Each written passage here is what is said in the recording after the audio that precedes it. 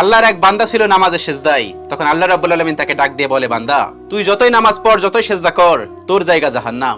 এই কথা শুনে বান্দাটি বলল, আলহামদুলিল্লাহ।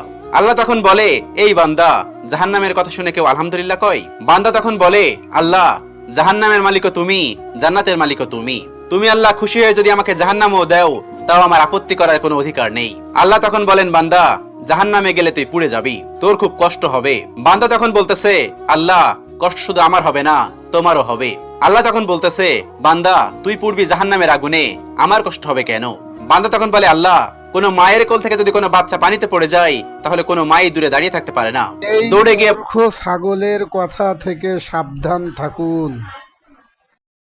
এই মূর্খের প্রত্যেকটি কথা শিরক এবং কুফরি দ্বারা ভরা। এর মতো মূর্খ থেকে সাবধান থাকুন।